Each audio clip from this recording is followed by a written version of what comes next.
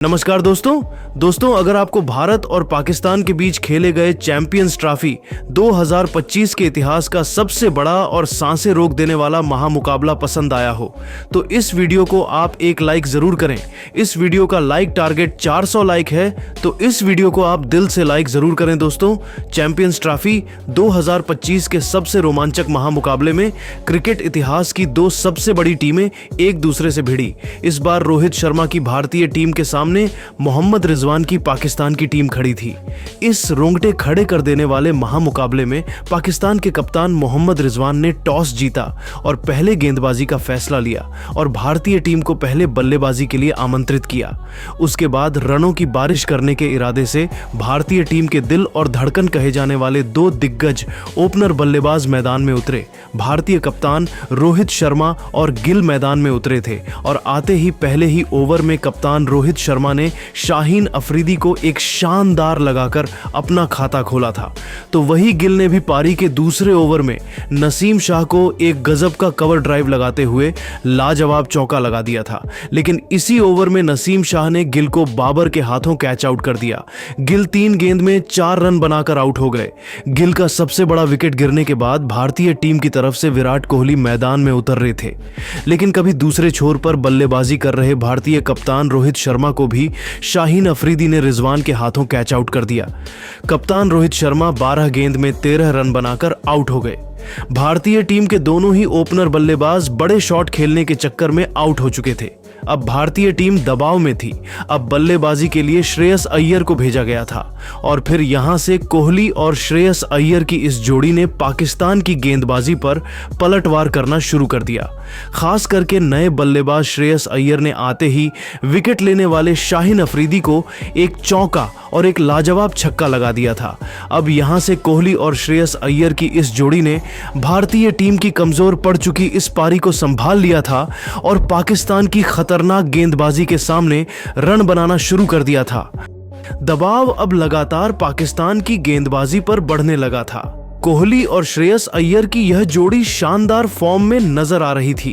दोनों ने मिलकर अब अपनी टीम को 9-18 रनों पर पहुंचा दिया था, लेकिन फिर तभी गेंदबाजी पर फिर एक बार बुलाए गए नसीम शाह ने सेट हो चुके श्रेयस अय्यर को क्लीन बोल्ड कर दिया। श्रेयस अय्यर 48 गेंदों में 49 रन बनाकर आउट हो गए और अपने अर्धशतक से चूक गए। एक महत्वपूर्ण साझेदारी के बाद फिर एक बार पाकिस्तान की गेंदबाजी ने इस मुकाबले में वापसी कर ली थी। अब बल्लेबाजी के लिए केएल राहुल मैदान में उतरे थे, लेकिन दूसरे छोर पर सेट हो चुके कोहली अभी भी बड़े शॉट खेलने में असफल दिख रहे थे। लेकिन पाकिस्तान के खराब फील्डिंग द्वारा उनको कई बार जीवन दान मिल रहे थे और इसी वजह से अब कोहली की आंखें जम चुकी थीं। और फिर तभी पाकिस्तान के तेज गेंदबाज सलमान आगाह को कोहली ने लगातार 3 चौके लगा दिए। दबाव अब पूरी तरह पाकिस्तान की गेंदबाजी पर था, लेकिन तभी दूसरे छोर पर बल्लेबाजी कर रहे केएल राहुल को नसीम शाह ने मोहम्मद आमिर के हाथों कैच आउट कर दिया। राहुल 28 गेंद में 37 रन बनाकर आउट हो गए, तो वहीं उनके बाद बल्लेबाजी के लिए आए जडेजा भी ज्यादा देर तक मैदान में नहीं टिक पाए और नसीम शाह ने जडेजा को अपनी ही गेंद पर कैच आउट करके भारतीय टीम को लगातार 2 बड़े झटके दे दिए। जडेजा 9 गेंद में बस 3 रन बनाकर आउट हो गए। 2 लगातार बड़े विकेट गिरने के बाद अब भारतीय टीम बहुत ही बड़ी मुसीबत में थी। लेकिन अब बल्लेबाजी के लिए हार्दिक पांड्या मैदान में उतरे थे, लेकिन तभी दूसरे छोर पर सेट हो चुके कोहली को शाहीन अफरीदी ने बाबर आजम के हाथों कैच आउट कर दिया।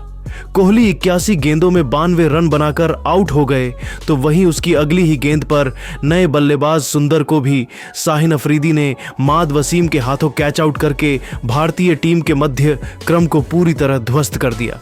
सुंदर तो इस मुकाबले में अपना खाता भी नहीं खोल पाए।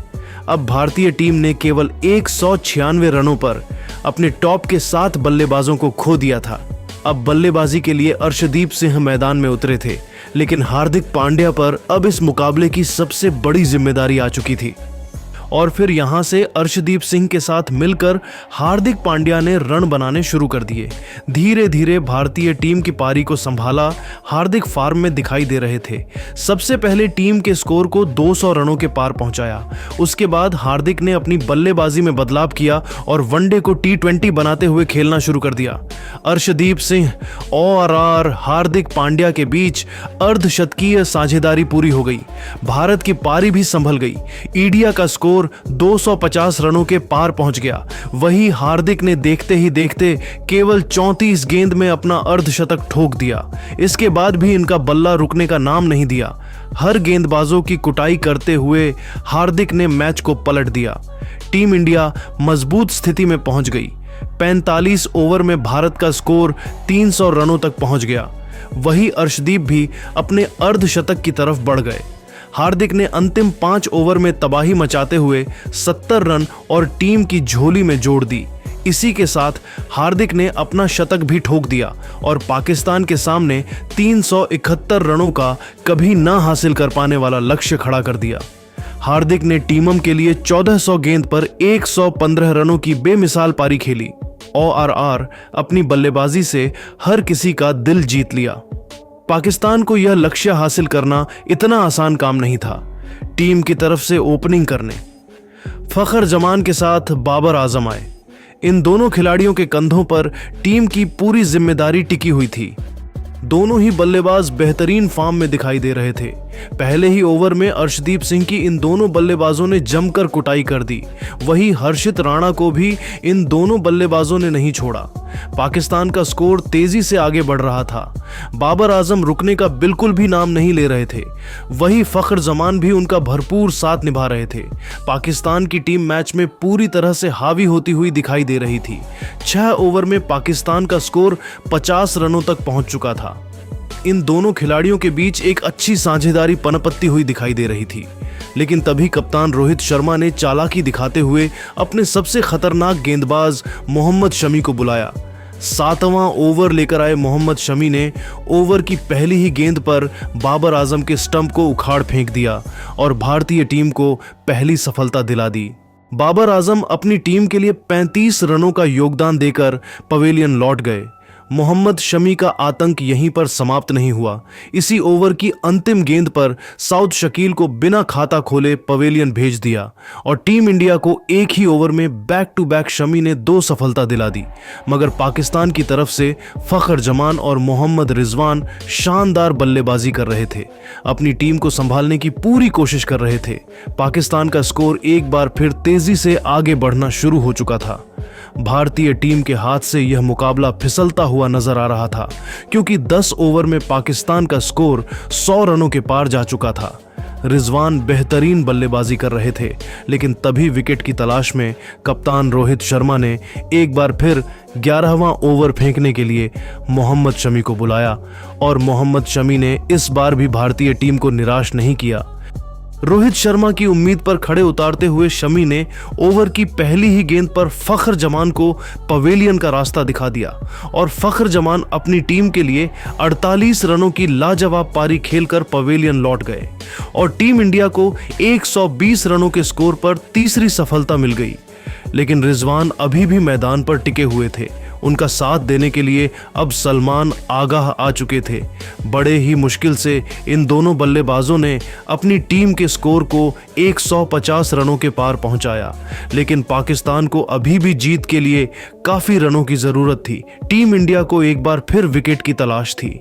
रोहित शर्मा ने इस बार वरुण चक्रवर्ती को बुलाया और वरुण चक्रवर्ती ने आते ही ओवर की पहली गेंद पर सलमान गाह को क्लीन बोल्ड कर पवेलियन का रास्ता दिखा दिया और भारतीय टीम को चौथी सफलता मिल गई।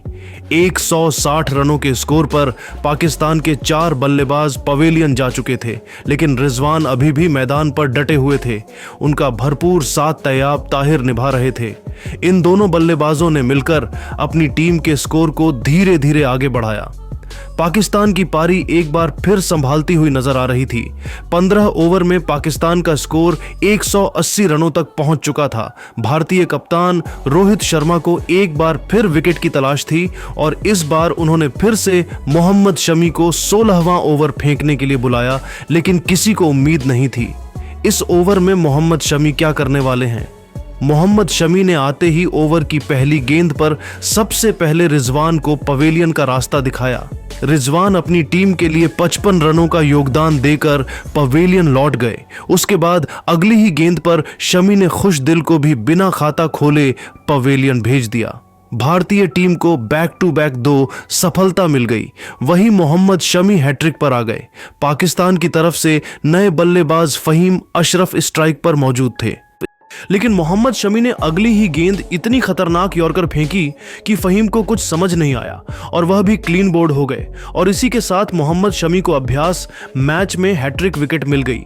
एक ही ओवर में मोहम्मद शमी ने पाकिस्तान की कमर तोड़कर रख दी। मोहम्मद शमी का आतंक यहीं रुकने का नाम नहीं लिया। ओवर की अंतिम गेंद पर भी उन्होंने शाहीन अफरीदी को जडेजा के हाथों कैच पकड़वाकर पवेलियन का रास्ता दिखा दिया और पाकिस्तान की पूरी टीम को घुटने टेकने पर मजबूर कर दिया। पाकिस्तान की टीम ने 200 रनों के ही स्कोर पर अपने 8 बल्लेबाज को दिए। अंत में 2 विकेट अर्शदीप सिंह ने उखाड़कर पाकिस्तान की टीम को 240 रनों पर ही अलाउड कर दिया और भारतीय टीम ने इंटर स्क्वाड मुकाबला को शानदार तरीके से जीत लिया। तो दोस्तों, मैच में पाकिस्तान के खिलाफ देखा आपने कैसे भारतीय खिलाड़ियों ने शानदार प्रदर्शन किया। तो दोस्तों, आपको क्या लगता है इसी तरह से भारतीय टीम बांग्लादेश और पाकिस्तान के खिलाफ भी प्रदर्शन कर पाएगी? आपको नीचे कमेंट करके जरूर बताइए और ऐसी ही नई नई वीडियो के लिए हमारे चैनल को जरूर सब्सक्राइब करिए। धन्यवाद।